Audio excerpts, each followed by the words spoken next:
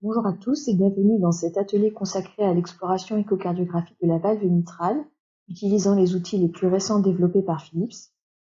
Je vais débuter par une présentation générale de la valve mitrale et de son anatomie, et poursuivre avec la description des options actuellement utilisées en échocardiographie pour l'explorer et décrire sa pathologie. Nous continuerons par une mise en pratique directe sur l'échographe à partir d'un cas. Nous allons donc commencer par rappeler l'anatomie de la valve mitrale. Comme vous le savez, la valve mitrale est la valve d'admission du cœur gauche.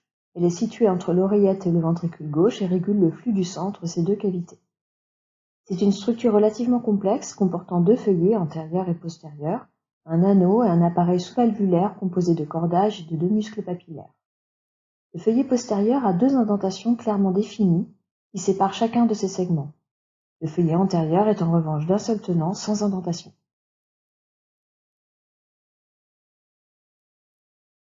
La classification de Carpentier est habituellement employée pour désigner les différentes régions anatomiques de la valve mitrale. Cette dernière est divisée en trois zones, la zone 1 externe ou antérolatérale, la zone 2 médiale et la zone 3 interne ou postéromédiale. On définit ainsi trois segments pour chacun des feuillets.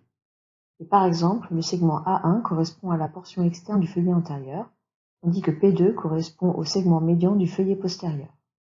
Les commissures antérolatérales ou externes et postéromédiales ou internes correspondent aux zones où les feuillets s'interconnectent.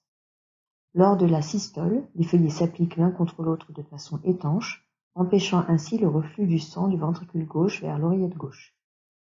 La ligne de coaptation visible à la face atriale de la valve mitrale a une forme légèrement incurvée. La profondeur et la surface de coaptation des feuillets sont importants à considérer lorsqu'on évalue la fonctionnalité de la valve mitrale. L'anneau mitral, sur lequel se fixe la base des deux feuillets, a une forme de selle.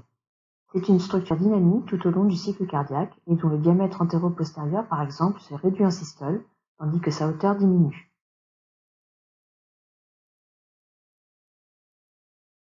L'appareil sous-valvulaire mitral comporte les piliers et les cordages qui connectent l'extrémité des feuillets mitraux aux piliers.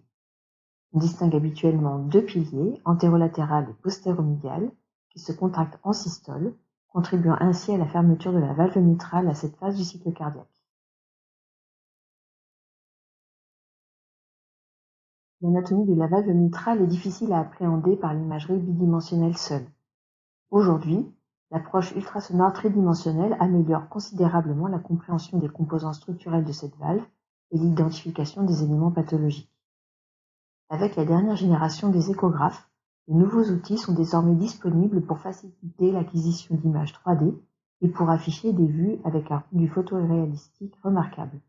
Je vous en montrerai des exemples dans quelques minutes. Aujourd'hui donc, lorsqu'ils analysent la valve mitrale au cours d'une ETO, de plus en plus d'imageurs commencent par en faire une vue 3D. L'acquisition volumique temps réel appelée zoom 3D est ici très intéressante.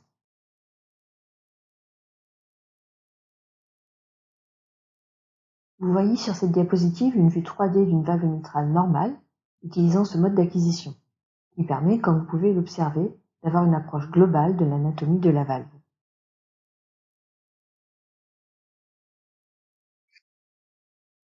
Je vais maintenant vous montrer comment procéder pour obtenir ce type d'image.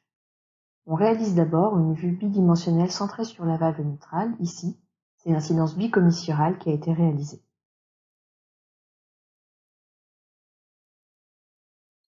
Lorsque vous sélectionnez le mode Zoom 3D, une image biplanaire préparatoire à l'acquisition 3D s'affiche, avec la vue initiale à gauche de l'écran et la vue orthogonale à cette dernière à droite. Lorsque la vue bicommissurale a été réalisée et que l'on actionne la fonction Zoom 3D, l'image biplanaire affichée à droite de l'écran est l'incidence médio-œsophagienne 3 cavités centrée sur la valve mitrale. Une ligne blanche représentant la limite du volume 3D qui va être enregistrée apparaît sur chacune des deux images. Vous avez à ajuster les dimensions de ce volume de façon à garder la valve mitrale au centre de chacun des secteurs. Généralement, on place le volume 3D pour qu'un tiers de sa profondeur se situe au-dessus de la valve et les deux autres tiers en dessous. Veillez à inclure dans vos secteurs des structures connexes, comme la valve aortique ou l'auricule gauche, de façon à vous repérer dans l'espace et à correctement orienter le volume 3D. Vous devrez toutefois gérer les dimensions de votre volume de façon à optimiser la cadence image. Plus le volume 3D est large, plus la cadence image est faible. La densité peut être modifiée de faible à élevée. Généralement, une meilleure qualité de cette densité s'obtiendra au détriment de la cadence image. La cadence image qui va de 5 à 10 Hz et qui est optimale lorsqu'elle est supérieure à 10 Hz variera en fonction de la profondeur de l'image, de sa densité et de la taille du volume 3D. En pratique, vous devrez veiller à ajuster les dimensions et le placement du volume 3D que vous allez enregistrer, de façon à trouver le meilleur équilibre entre la résolution temporelle et spatiale. Le volume 3D que vous obtenez vous permet d'analyser la face atriale de la valve mitrale. Vous avez à mobiliser ce volume de façon à positionner la valve aortique en haut de l'écran, autrement dit à 12 heures. Cette vue est alors la vue chirurgicale depuis l'oreillette gauche vers la valve mitrale. Le feuillet antérieur est en haut et le feuillet postérieur est en bas de l'image. L'auricule gauche est à 9 heures. En procédant ainsi, vous obtenez une nomenclature standardisée qui va faciliter la discussion avec le chirurgien ou le cardiologue interventionnel lors des procédures de réparation valvulaire pour une description structurelle optimale et un repérage clairement défini des éléments pathologiques.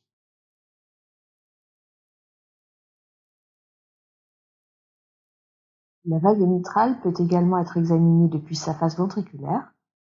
Vous pouvez mobiliser le volume 3D pour la visualiser ou bien actionner la touche Dual View.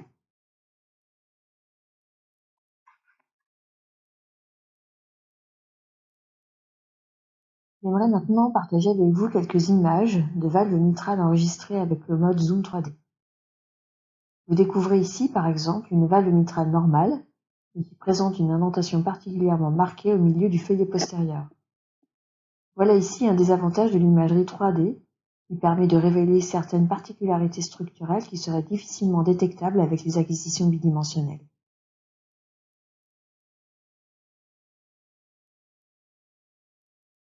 Vous avez ici un cas d'insuffisance mitrale organique. Il s'agit d'un prolapsus de P2 isolé avec rupture de cordage, a priori sans dilatation annulaire associée.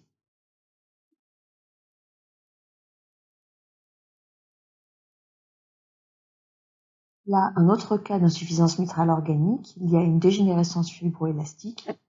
Le mécanisme de la régurgitation est plus complexe car A3, P3, P1 et les deux commissures semblent impliquées.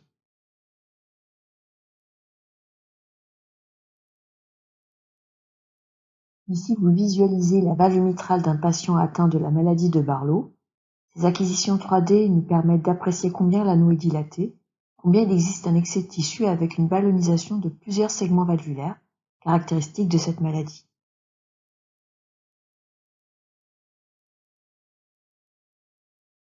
Vous découvrez maintenant un cas de pathologie mitrale chez un patient atteint de maladie rhumatismale. Il existe ici une régurgitation mitrale associée à une sténose valvulaire et l'imagerie 3D montre typiquement une réduction de l'ouverture des feuillets.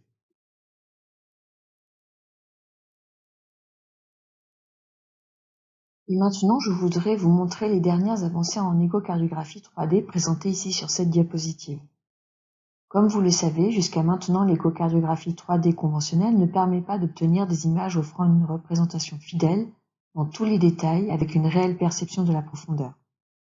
Une nouvelle génération de rendu 3D avec un effet photoréalistique utilisant la transillumination est désormais disponible.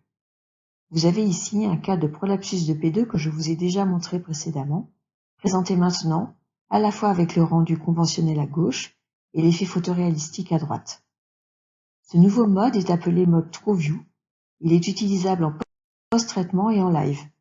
Il utilise une source lumineuse virtuelle mobilisable qui va révéler davantage les reliefs et contours des structures que vous analysez, vous permettant ainsi de mieux en apprécier les détails anatomiques et les relations avec l'environnement.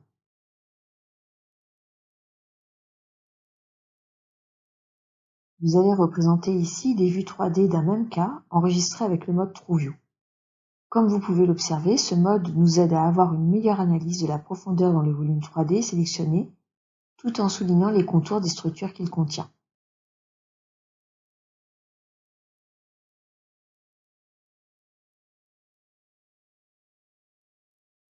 Comment procéder pour obtenir de telles images? La première étape est de réaliser une acquisition 3D.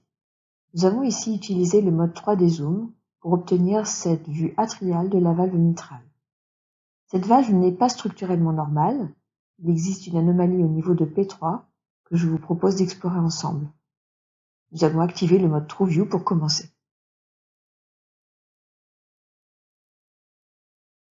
L'image 3D apparaît maintenant plus réaliste. Il y a d'autres ajustements et manipulations que nous pouvons faire. En activant l'onglet Dodge View, une source lumineuse va apparaître à l'écran.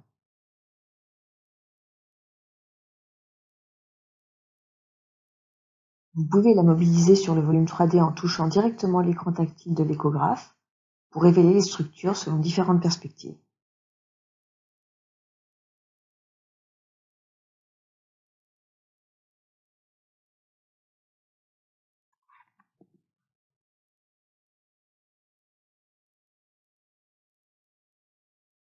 Vous pouvez aussi mobiliser le volume 3D en gardant la source lumineuse fixe et ainsi observer comment l'ombre portée se modifie sur la valve et permet de révéler les détails structurels et les éventuelles anomalies.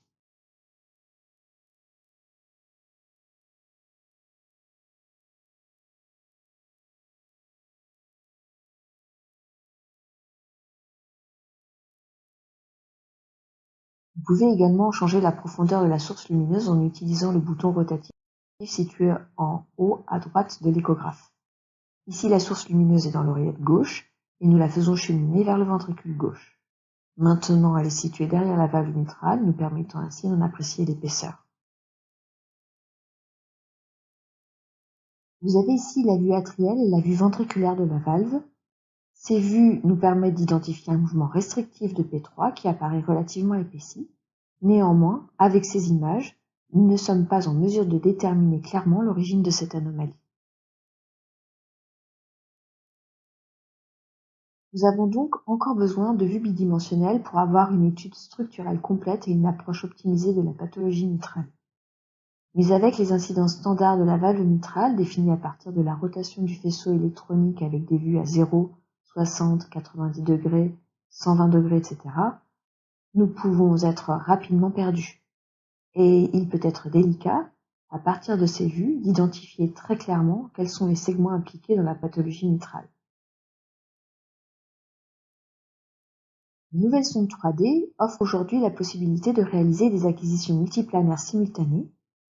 L'acquisition biplanaire, dénommée X-plan chez Philips, est particulièrement intéressante dans l'exploration de la valve mitrale.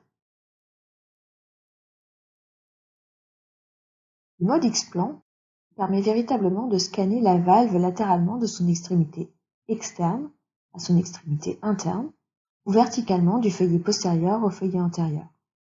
Avec cette modalité d'exploration, l'anatomie 3D de la valve mitrale devient plus facile à percevoir et l'analyse segment par segment est rendue également plus aisée. Aujourd'hui, elle est quasiment systématiquement réalisée pour une approche précise de la pathologie valvulaire mitrale.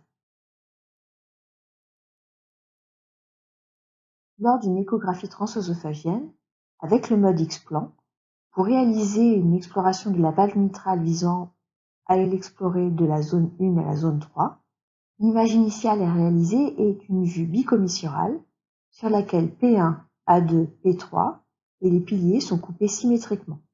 Cette vue est le plan de référence. En activant le mode X-plan, une vue orientée à 90 degrés de la première est affichée à droite de l'écran.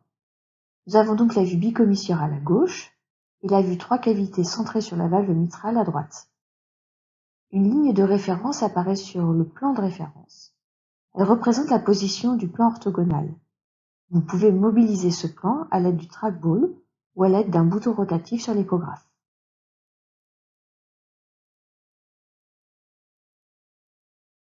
Lorsque cette ligne est positionnée au milieu du plan de référence, le plan orthogonal coupe P2 et A2, la vue affichée à droite du plan de référence et l'incidence 3 cavités coupant P2 et A2 longitudinalement.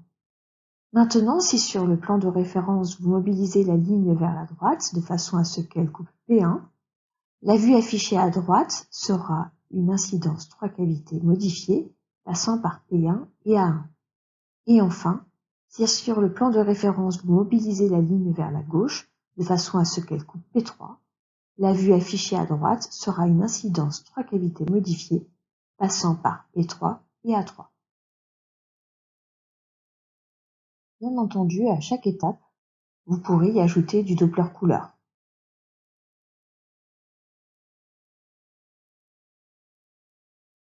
Ainsi, avec le mode X-plan, nous pouvons facilement et rapidement scanner la valve mitrale et en obtenir des informations complémentaires aux acquisitions 3D pour une meilleure approche anatomique structurelle. Dans le cas présenté ici, nous pouvons désormais définir que la lésion que nous avons précédemment localisée sur la partie postéromédiale de la valve correspond à une calcification développée aux dépens de P3 et d'une partie de l'anneau à ce niveau.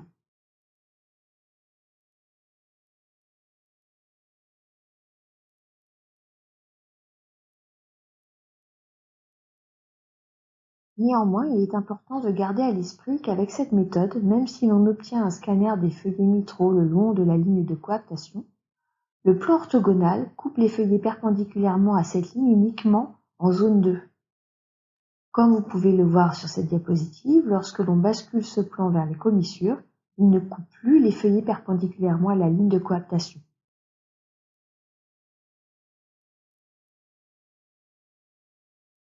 Cette information est importante à considérer, notamment lors des procédures de MitraClip, quand on guide le cardiologue interventionnel pour qu'il positionne de façon optimale le dispositif. Dans cette situation, nous avons besoin de plans de coupe que nous pourrions orienter dans toutes les directions. La reconstruction multiplanaire est la modalité qui va nous permettre de faire cela, et c'est l'étape suivante à réaliser au cours de l'exploration de la valve mitrale. La modalité développée par Philips qui permet la reconstruction multiplanaire s'appelle le Multiview Mode. Vous avez ici le cas d'un patient présentant une insuffisance mitrale secondaire programmée pour un MitraClip. L'image affichée à gauche de l'écran est une vue en face de sa valve mitrale, obtenue avec la modalité Zoom 3D. Je vais donc vous décrire ici la modalité Multiview, récemment développée par Philips, qui permet la manipulation en live ou en post-traitement de plans reconstruits à partir d'un volume 3D, qui vont nous permettre un meilleur alignement avec les structures ou les dispositifs étudiés.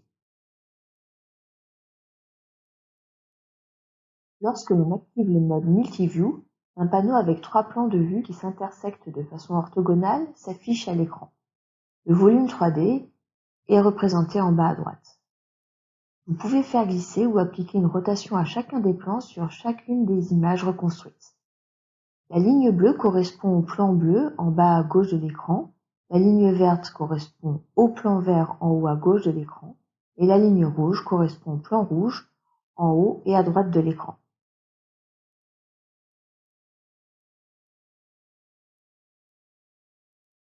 Le mode Multiview coupe et oriente automatiquement le volume 3D à partir du plan de reconstruction de référence.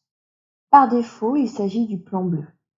Mais si vous le souhaitez, vous pouvez changer ce plan à l'aide d'une fonction sur l'écran tactile de l'échographe. Le volume 3D sera coupé et orienté selon ce nouveau plan de référence que vous aurez sélectionné. La ligne de découpe ou ligne de cropping du volume 3D est indiquée par une ligne blanche en pointillé située au-dessus du plan bleu sur les vues encadrées de vert et de rouge. Cette ligne peut être mobilisée à l'aide d'un bouton rotatif sur l'échographe. Le plan de découpe est toujours parallèle au plan de référence. Des flèches à l'extrémité de la ligne de découpe indiquent par quelle direction est visualisé le volume 3D. Vous pouvez décaler du plan de référence la position du plan de découpe du volume 3D. Cela élargit la visualisation des structures environnantes tout en laissant le plan de référence au niveau de la zone d'intérêt. Une dernière information importante est que lorsque l'on actionne le mode Multiview, le plan de référence initial étant le plan bleu, la ligne de cropping apparaît par défaut décalée de 1 cm de ce plan. Si l'on sélectionne un autre plan de référence, cette ligne se superpose au nouveau plan de référence et il conviendra de la mobiliser à l'aide d'un bouton rotatif sur l'échographe pour ajuster la découpe du volume 3D.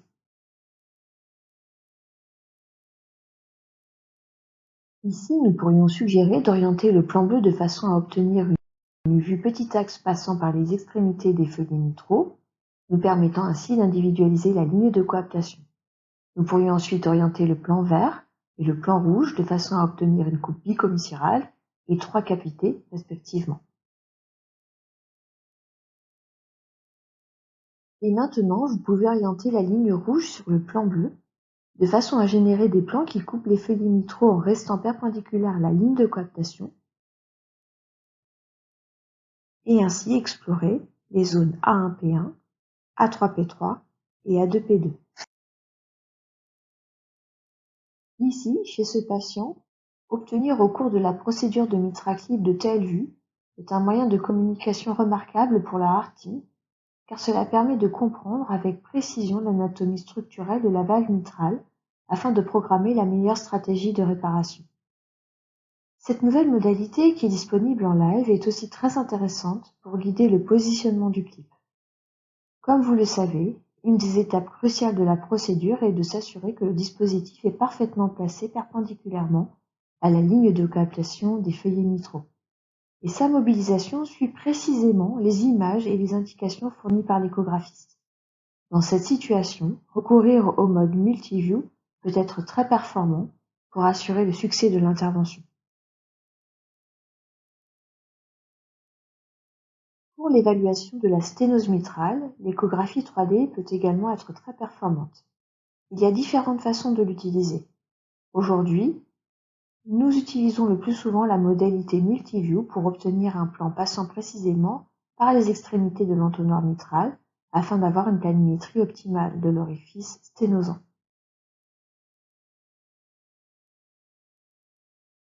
Avec la reconstruction multiplanaire, vous pouvez vous assurer en effet que le plan que vous avez généré pour la planimétrie de l'orifice mitral passe exactement par l'extrémité des feuillets. Et comme vous le découvrez sur cette diapositive, vous pouvez tracer l'orifice sur le plan reconstruit ou directement sur le volume 3D.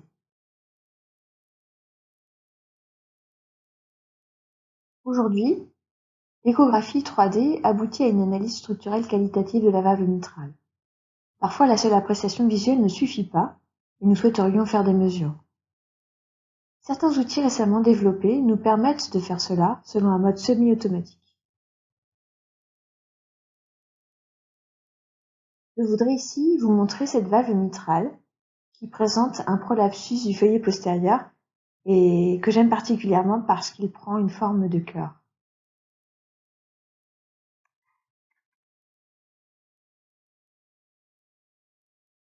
Avec la modalité MVA qui est présentée ici, vous allez avoir la possibilité d'obtenir une modélisation de cette valve et de son prolapsus. Ce logiciel de post-traitement va générer, selon un mode semi-automatique, un certain nombre de mesures que vous pourrez utiliser pour l'analyse de la valve et ainsi guider les procédures de réparation chirurgicale ou percutanée. Comme les autres applications, la modalité MVA comprend plusieurs étapes que je ne détaillerai pas dans ce diaporama, mais que nous pourrons mettre en pratique ultérieurement sur un cas.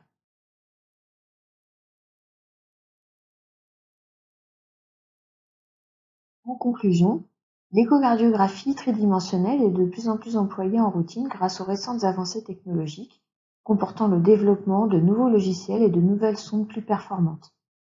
L'imagerie 3D combinée aux acquisitions 2D permet aujourd'hui une évaluation structurelle précise et utile de la valve mitrale. Il vous reste à devenir davantage familier avec les nouveaux outils que je vous propose de découvrir en pratique à partir d'un cas directement embarqué sur la dernière version de l'échographe EPIC CVXI.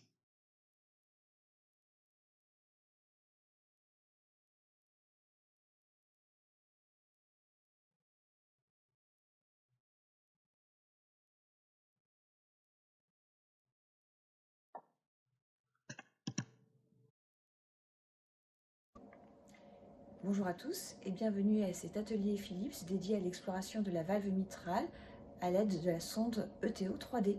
Je vais vous présenter le cas d'un patient atteint d'une endocardite mitrale que nous avions pris en charge au bloc opératoire pour un remplacement valvulaire biologique. La première acquisition que nous avons réalisée a utilisé le mode Zoom 3D. Vous voyez ici une vue en face de la valve mitrale qui nous intéresse et qui est atteinte d'une endocardite. Il s'agit de la vue chirurgicale. Lorsque nous avons réalisé ce volume, nous avons fait en sorte d'intégrer la valve ortique et l'auricule gauche pour pouvoir l'orienter dans l'espace. Il s'agit donc de la vue chirurgicale avec la valve ortique à 12 heures et l'auricule gauche à 9 heures. Par défaut, la luminosité est un peu faible, elle est à 30. Nous avons en général l'idée de la porter un peu plus élevée, aux alentours de 45-50, de façon à mieux révéler les reliefs et les différents éléments des lésions qui vont intéresser cette valve. Si l'on observe la valve mitrale et qu'on cherche à décrire les lésions qui la composent, nous pouvons remarquer qu'il existe effectivement en zone 3, ici, au niveau de P3, probablement une lésion d'endocardite avec peut-être une végétation de rupture de cordage. La zone 2 aussi semble atteinte par les lésions d'endocardite. Je vais maintenant vous montrer un autre mode de rendu à l'image développé récemment par Philips qui s'appelle le mode TrueView.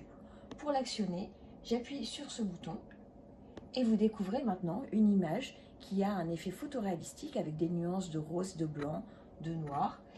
Ces images nous sont proposées avec la possibilité de réaliser de la transillumination.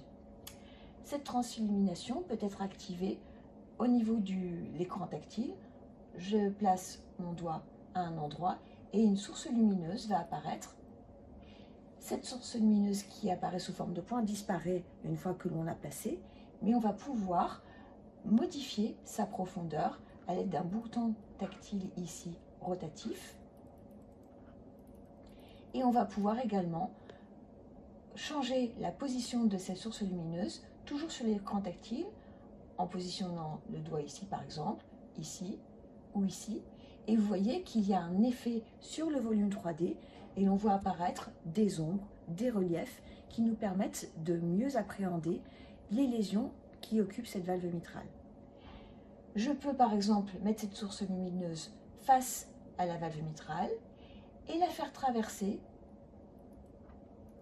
l'anneau et puis finalement la placer au niveau du ventricule et cela va nous permettre d'avoir une idée plus précise de l'épaisseur de la valve. Je vais maintenant replacer cette source lumineuse dans l'oreillette gauche et puis ce que je peux faire c'est la laisser fixe et mobiliser le volume 3D. Donc je procède ainsi maintenant.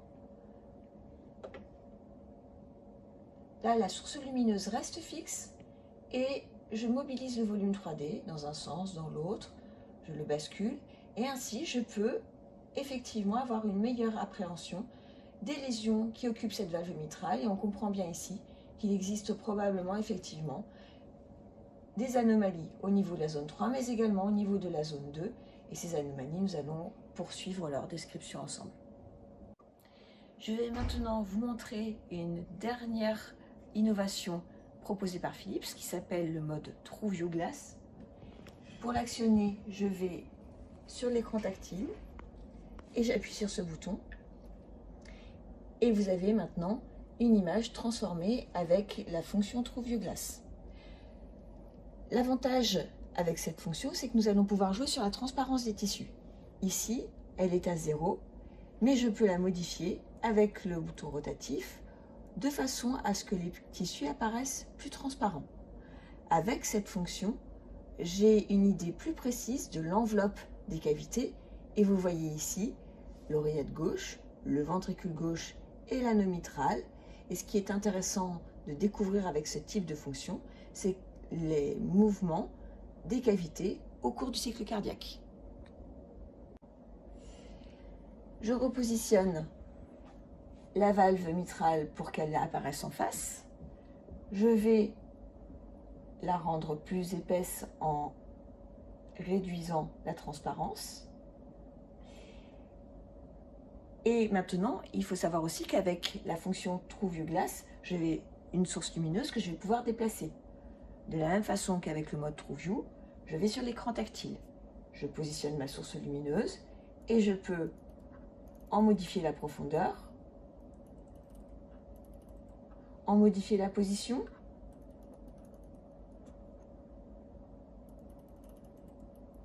ou bien laisser la source lumineuse fixe et travailler sur la position du modèle 3D.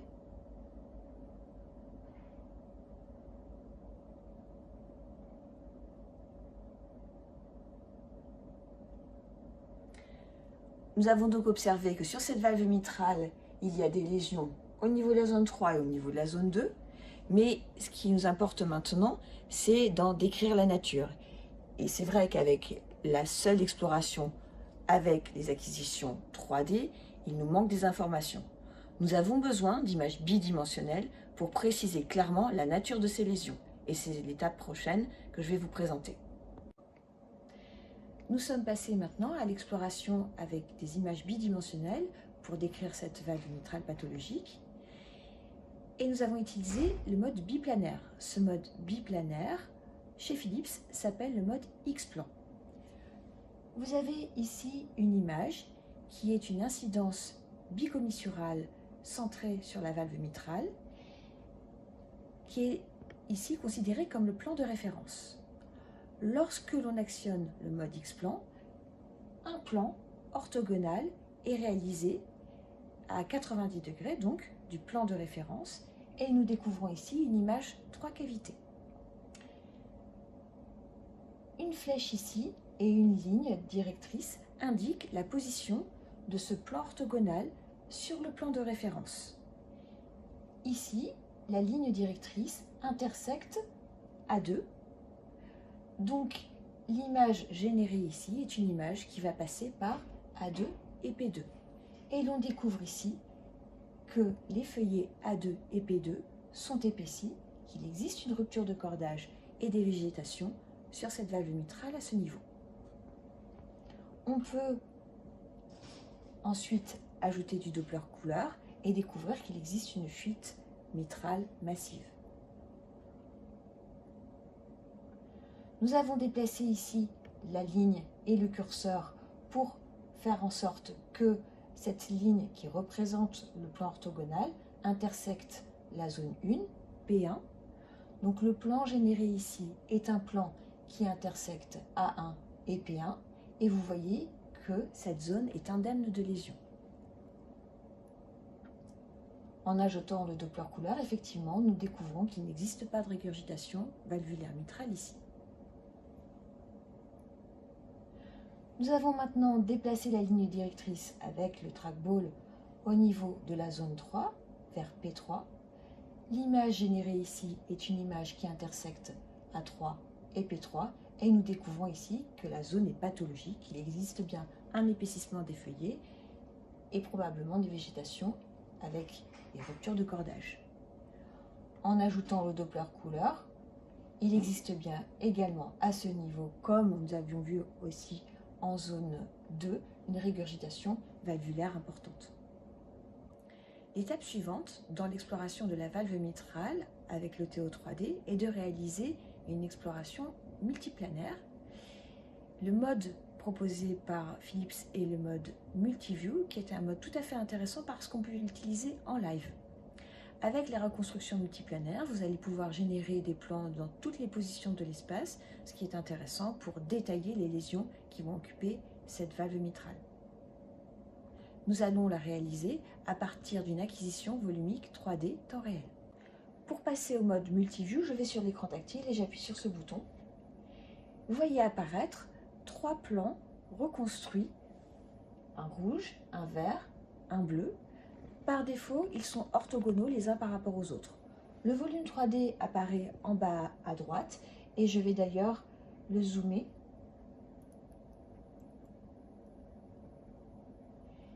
Et nous allons pouvoir modifier la position de chacun des plans pour obtenir les plans reconstruits qui vont nous permettre d'explorer la valve mitrale de façon plus approfondie. Nous souhaiterons avoir ici la vue petit axe, ici la vue bicommissurale et ici la vue 3 cavités. C'est vrai que nous sommes quasiment avec des coupes adéquates, mais il va quand même falloir modifier la position des plans pour se retrouver dans des conditions tout à fait optimales d'exploration. Je vais approcher mon curseur des lignes qui représentent les différents plans pour ajuster la position de ces plans. Nous cherchons avec le plan bleu à nous positionner à l'extrémité des feuillets mitraux. Vous voyez ici qu'en modifiant cette ligne, cette image se modifie parallèlement.